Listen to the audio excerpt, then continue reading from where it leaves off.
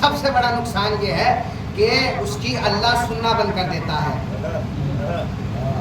حرام کھانے کا سب سے بڑا نقصان یہ ہے اللہ سننا بند کر دیتا ہے۔ آپ کہیں گے کیسے؟ سنیے، اپنے زمانے کا ایک ظالم بادشاہ تھا، بڑا ظلم کرتا تھا۔ ظلم کی انتہا یہ تھی کہ اپنی رعایا تک پہ ظلم کرتا تھا، جو اس کے زیر سایہ تھے ان تک پہ ظلم کرتا تھا۔ لیکن جب ظلم کرتا تھا، رعایا بد دعا کرتی تھی، اس پر عذاب نازل ہو جاتا تھا، وہ پریشانی میں مبتلا ہو جاتا تھا۔ رعایا جیسے ہی دعا کرتی تھی، جیسے ہی بد دعا کرتی تھی، فوراً قبول ہو جاتی تھی۔ اور یہ پریشانی میں، یہ ادھر ظلم کرتا ہے، وہ بد دعا کرتے ہیں، یہ پریشانی میں آ جاتا ہے۔ یہ ظلم کرتا ہے، وہ بد دعا کرتے ہیں، یہ پھر پریشانی میں آ جاتا ہے۔ یہ ایک مرتبہ اپنے تخت پہ بیٹھا ہوا تھا اور اپنے درباریوں سے پوچھتا ہے، عجیب رعایا ہے، میں ظلم کرتا ہوں، یہ بد دعا کرتے ہیں، دعا قبول بھی ہو جاتی ہے۔ عجیب رعایا ہے، بد دعا کرتے ہیں، دعا قبول بھی ہو جاتی ہے۔ اب ایک مرتبہ جو اس کے درباری تھے انہوں نے فرمایا کہ بادشاہ سلامت، اس لیے ان کی دعا قبول ہو جاتی ہے کیونکہ تمہاری رعایا میں جتنے بھی ہیں سب حلال کھاتے ہیں۔ سلامات پڑھے محمد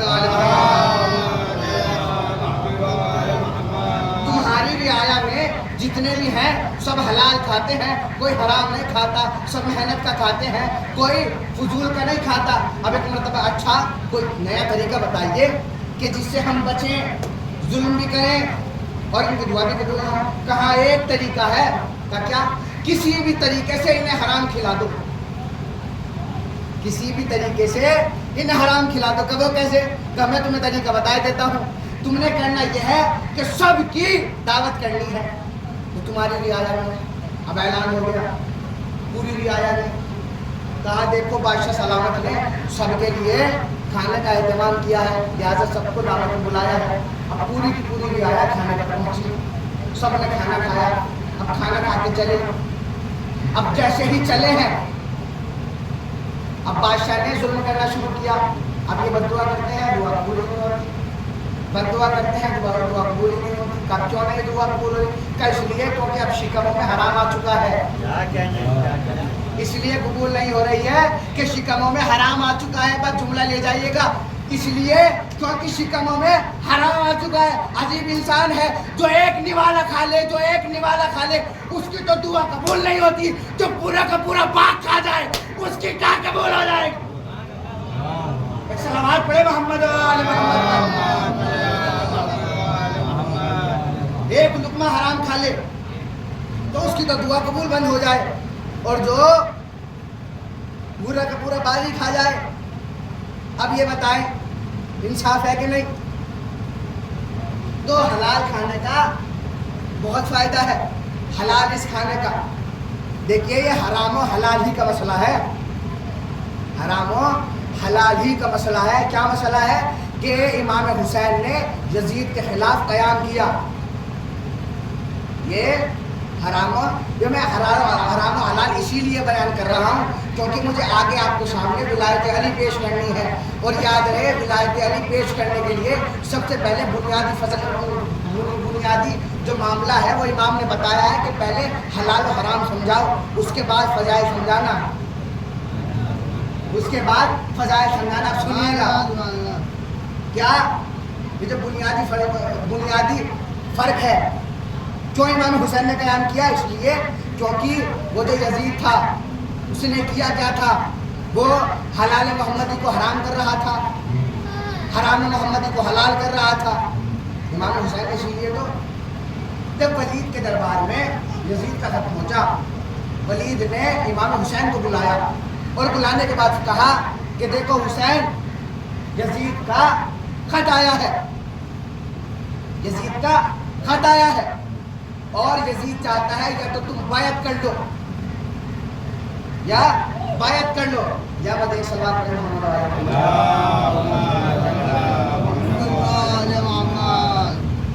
یا تو بیعت کر لو یا پھر مدینہ چھوڑ دو۔ امام حسین نے کیا کہا؟ مثلی لا یبایع مثلا، مجھ جیسا اس جیسے کی بیعت نہیں کر سکتا، مجھ جیسا اس جیسے کی بیعت نہیں کر سکتا۔ امام حسین نے کیوں کہا جیسا؟ اس لیے بھائی جیسے کا معاملہ جانتے ہیں، جیسا کون ہوتا ہے؟ امام حسین جیسا کون؟ سید سجاد، امام محمد باقر، جعفر صادق، موسی کاظم، علی رضا، اوپر جائیں امام حسن، مولا علی، سب امام حسین جیسے ہوئے نا۔ ہاں اب دیکھیے امام نے فرمایا مجھ جیسا اس جیسے کی، اس جیسا کون؟ یعنی یزید جیسے کی۔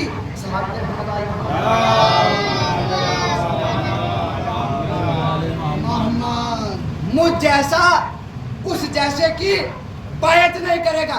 بھائی میں نے بتایا آپ کو حسین جیسا کون کون ہے، حسین جیسا کون کون ہے۔ اب اگر آپ نے دیکھنا ہے کہ یزید جیسا کون کون ہے، اب دیکھو جیسے جیسے حسین ہے اور جو حسین جیسا ہے اور ان سے بیعت مانگی جائے، بیعت نہ کرے تو سمجھ لینا وہ بھی یزید جیسا۔ کیسے؟ دیکھیں حسین نے فرمایا مجھ جیسا یزید جیسے کی بیعت نہیں کرے گا۔ اس کا مطلب اگر امام حسن کسی کی بیعت نہیں کرے وہ یزید جیسا ہے، علی کسی کی بیعت نہیں کر رہے وہ بھی یزید جیسا ہے۔ ایک صلوات پڑھے محمد وآل محمد۔ میں سمجھ سکتا ہوں کہ وقت ایسا ہے کہ انسان کے ذہن پر نیند طاری ہوتی ہے، لیکن بغور سنیے گا۔ مجھ جیسا اس جیسے کی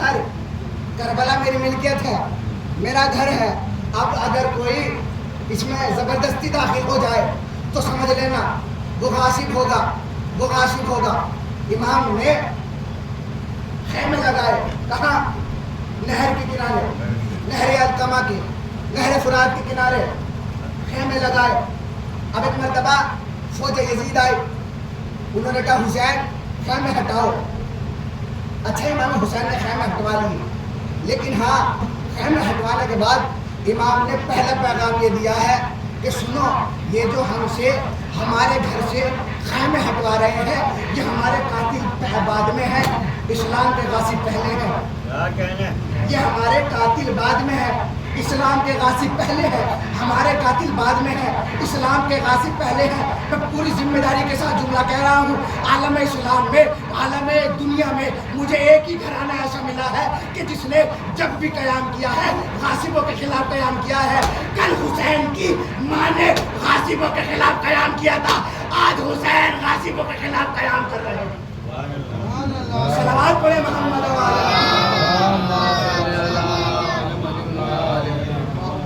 کل امام حسین کی ماں نے غاصبوں کے خلاف قیام کیا، آج امام حسین غاصبوں کے خلاف قیام کر رہے ہیں۔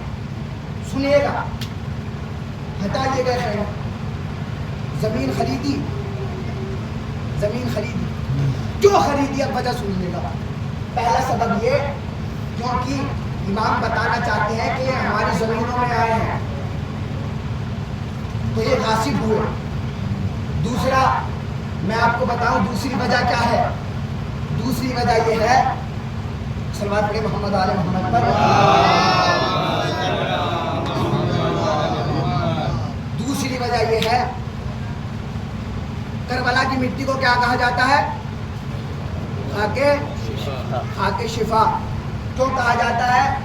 کیونکہ اس میں امام حسین کا خون ملا ہوا ہے۔ میں اتنے بڑے مجمع سے پوچھتا ہوں، کیا امام حسین کے علاوہ جو دوسرے تھے، جو یزید کا لشکر تھا، ان کا بھی خون تو اس میں ہے؟ دفن تو وہ بھی ہوئے ہیں۔ 11 محرم کو جب جناب سید سجاد جانے لگے اور امام کے چہرہ متغیر ہونے لگا تو امام نے فرمایا کہ دیکھو بی اماں یہ اپنے پشتائے نجس کو دفن کر رہے ہیں اور ہمارے شہداء کی لاشیں بے غور و کفن پڑے ہوئے ہیں۔ اس کا مطلب یہ ہے کہ کربلا کی زمین میں انہوں نے اپنوں کو بھی دفنایا۔ صلوات پڑھے محمد علیہ۔ اس کا مطلب یہ ہے کہ کربلا کی زمین میں انہوں نے اپنوں کو بھی دفنایا ہے، اپنوں کو بھی دفنایا ہے، اپنوں کی۔ امام حسین نے کیوں خریدی؟ وجہ سنیے گا، یہ صرف ہمارے یہاں نہیں ہے بلکہ اہل سنت کے یہاں بھی روایت ہے کہ اگر کوئی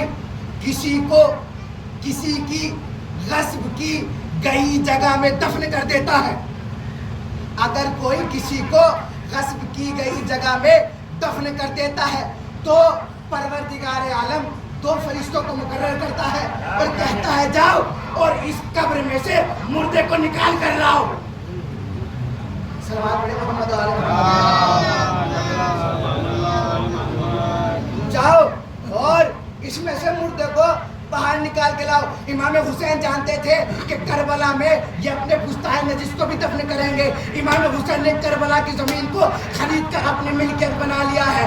اب اگر حسین کے علاوہ کوئی بھی اس کے اندر اپنوں کو دفن کر دیتا ہے تو سمجھ لینا وہ غاصب کہلائے گا۔ اور جب جیسے ہی دفن کیا اللہ نے 2 فرشتوں کو بھیجا اور بھیجنے کے بعد ان کے مردوں کو نکلوا لیا۔ صلوات پڑھے محمد۔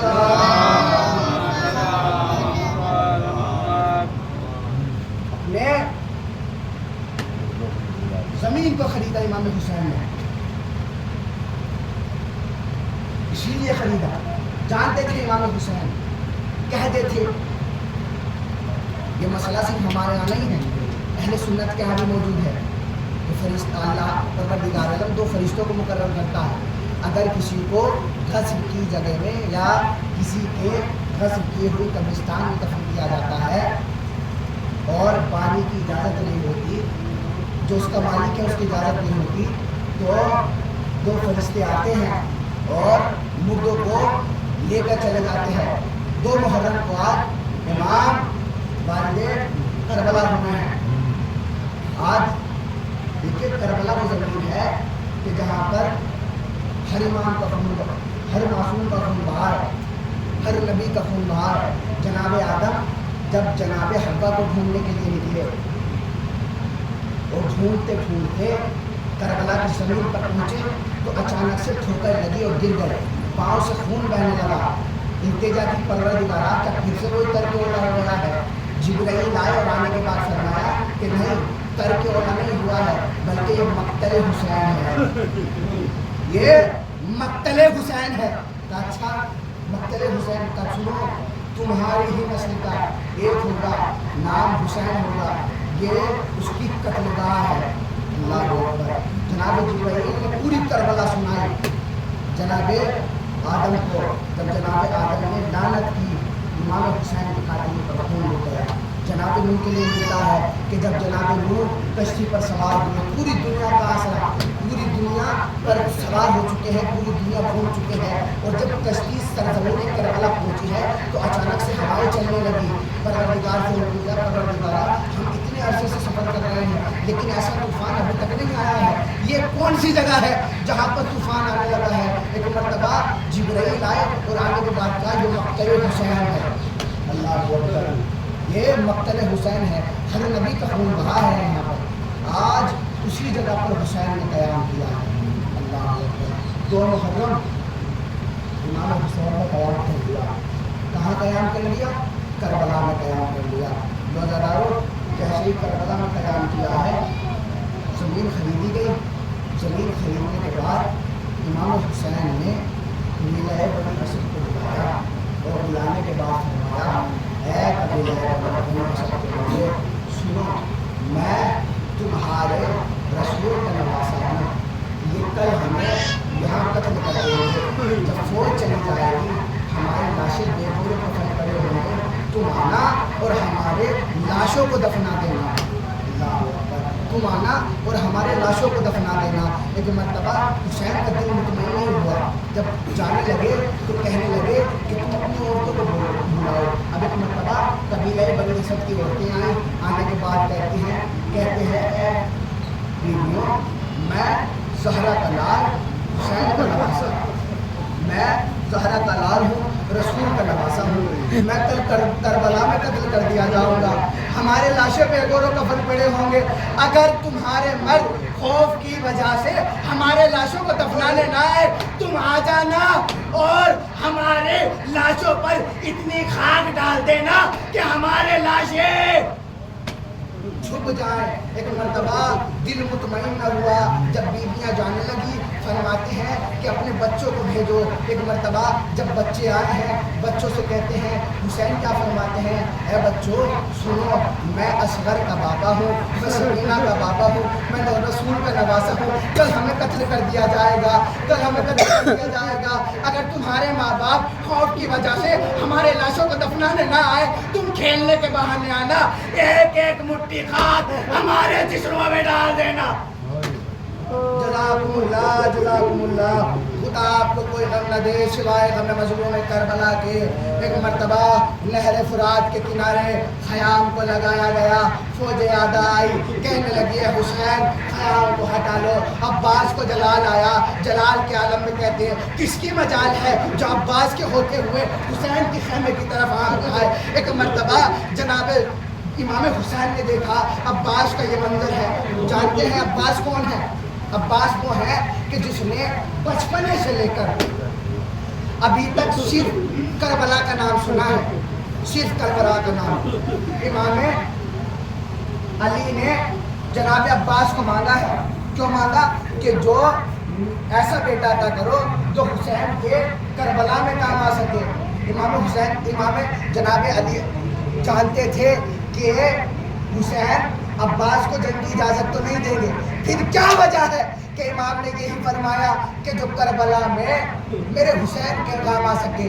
مجھے تاریخ کربلا میں حسین کے بعد اگر کوئی صابر ملا ہے وہ عباس ملا ہے. اللہ اکبر. اگر کوئی صابر ملا ہے وہ عباس ملا ہے. کیوں؟ اس لیے کہ جب علی کو مسجد کوفہ میں قتل کیا گیا، عباس کو جلا لایا، حسین نے کیا کہہ کے روکا؟ عباس ابھی کربلا نہیں آئی.